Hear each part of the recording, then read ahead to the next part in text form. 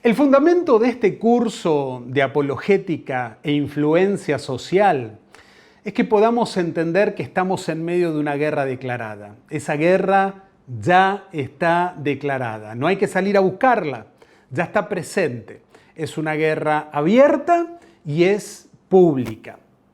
Para los que somos cristianos sabemos que la batalla es espiritual, es cultural, es ideológica, pero tenemos que entender que también es política.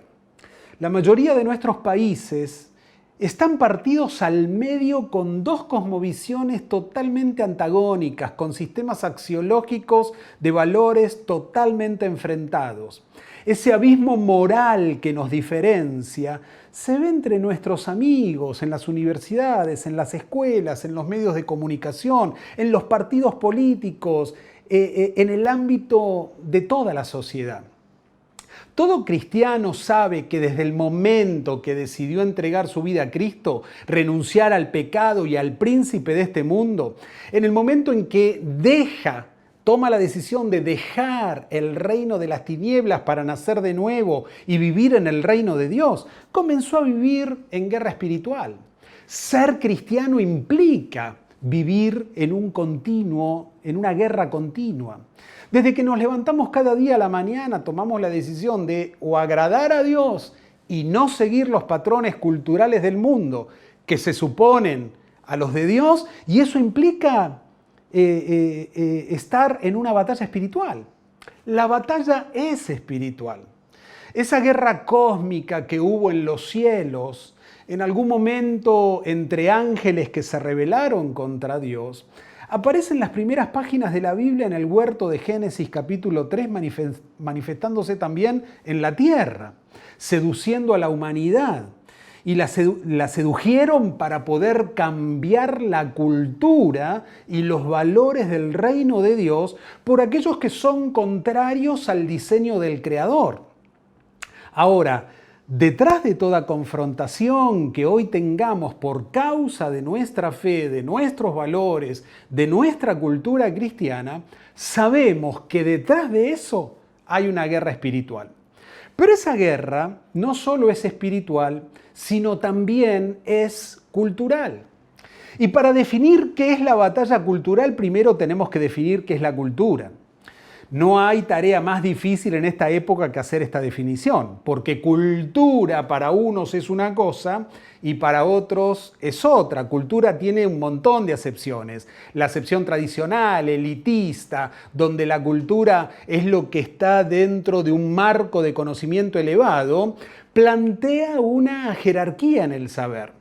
Una segunda acepción es la concepción antropológica, que entiende que cultura es todo aquello que es creado por el hombre, ¿no? El problema de esta acepción es que abarca tanto este concepto de cultura, que cultura es prácticamente todo lo que dice, crea y hace el hombre. Cultura es todo. Y por último, hay una acepción estética, donde la cultura es todo aquello que no tiene una utilidad práctica. Por ejemplo, cuando disfruto de ver un cuadro, participar en una ópera, asistir a un museo de bellas artes. Pero para poder entender el concepto que le queremos dar cuando hablamos de batalla cultural, la definición de cultura que me gusta es la que refiere al campo específico de lo intelectual y de lo artístico, donde se generan ideologías, signos, valores, creencias, normas que terminan caracterizando la vida social. ¿Qué es una batalla? Bueno, una batalla es un enfrentamiento donde un grupo intenta imponer su posición en un choque sobre otro. Una batalla tiene elementos bien propios, bien constitutivos. Hay estrategias, hay tácticas, hay una dirección consciente, hay un capitán, hay un general. Pero ¿qué es una batalla cultural?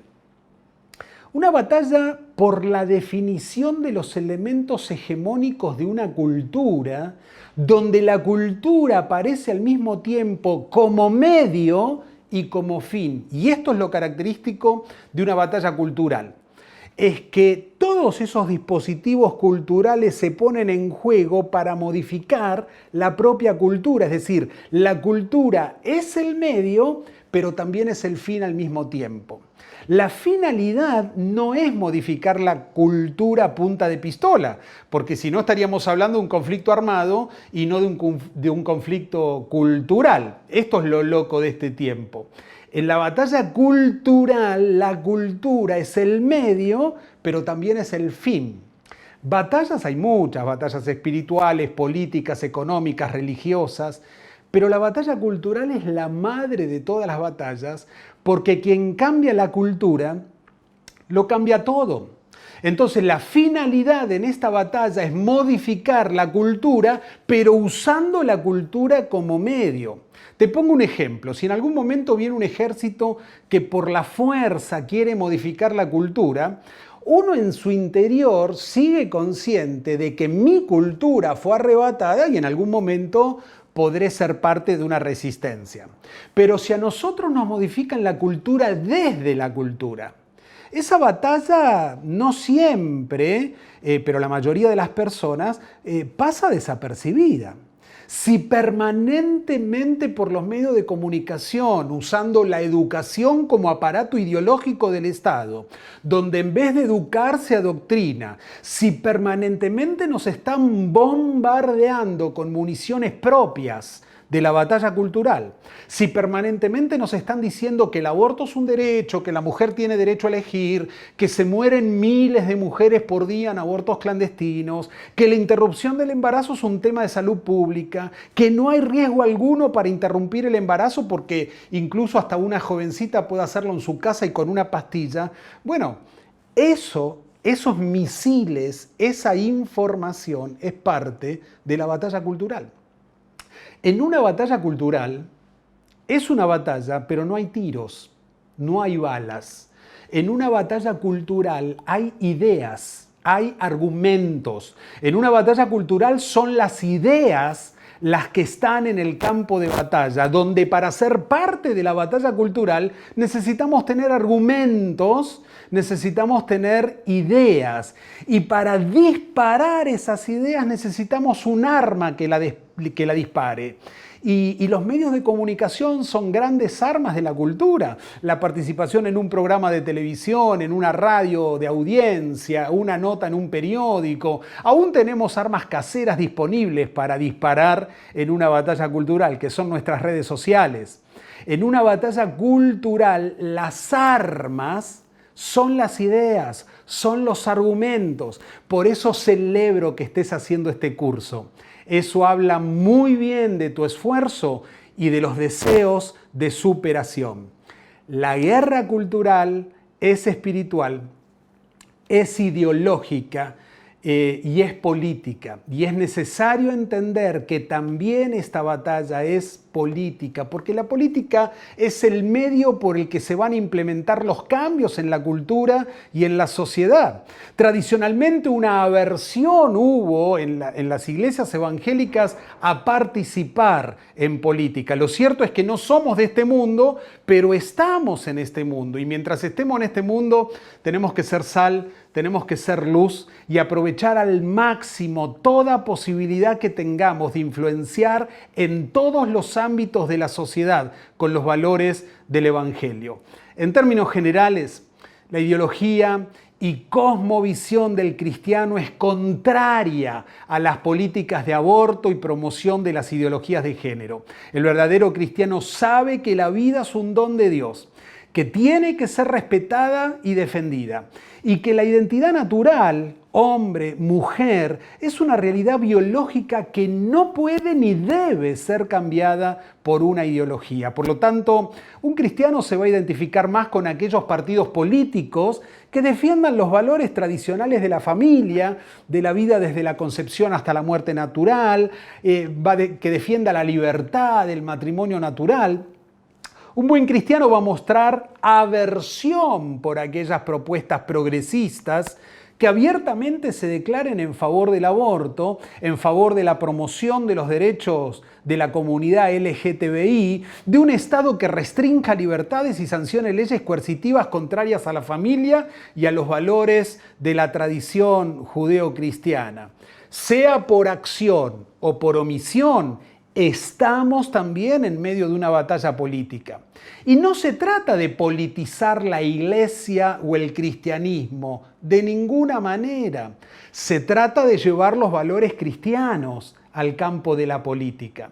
Los principios morales deben estar por encima de cualquier adhesión política partidaria y no dependen del voto de la mayoría. Porque lo que está mal, aunque todos lo hagan. Y lo que es correcto, aun cuando nadie lo haga. Estamos llamados a ser protagonistas en la defensa de los valores, de la libertad, de la democracia, del respeto a la vida desde la concepción. Estamos llamados a poder ejercer y respetar esa libertad de conciencia, de expresión, de opinión, que son valores que en este tiempo están siendo atropellados y vulnerados por las corrientes de pensamiento de este tiempo, como mencionamos, por este progresismo despótico del siglo XXI, por este marxismo cultural, por las izquierdas en general, que representan los objetivos de los foros de San Pablo, de Puebla y de cuanta coalición revolucionaria pueda inventarse.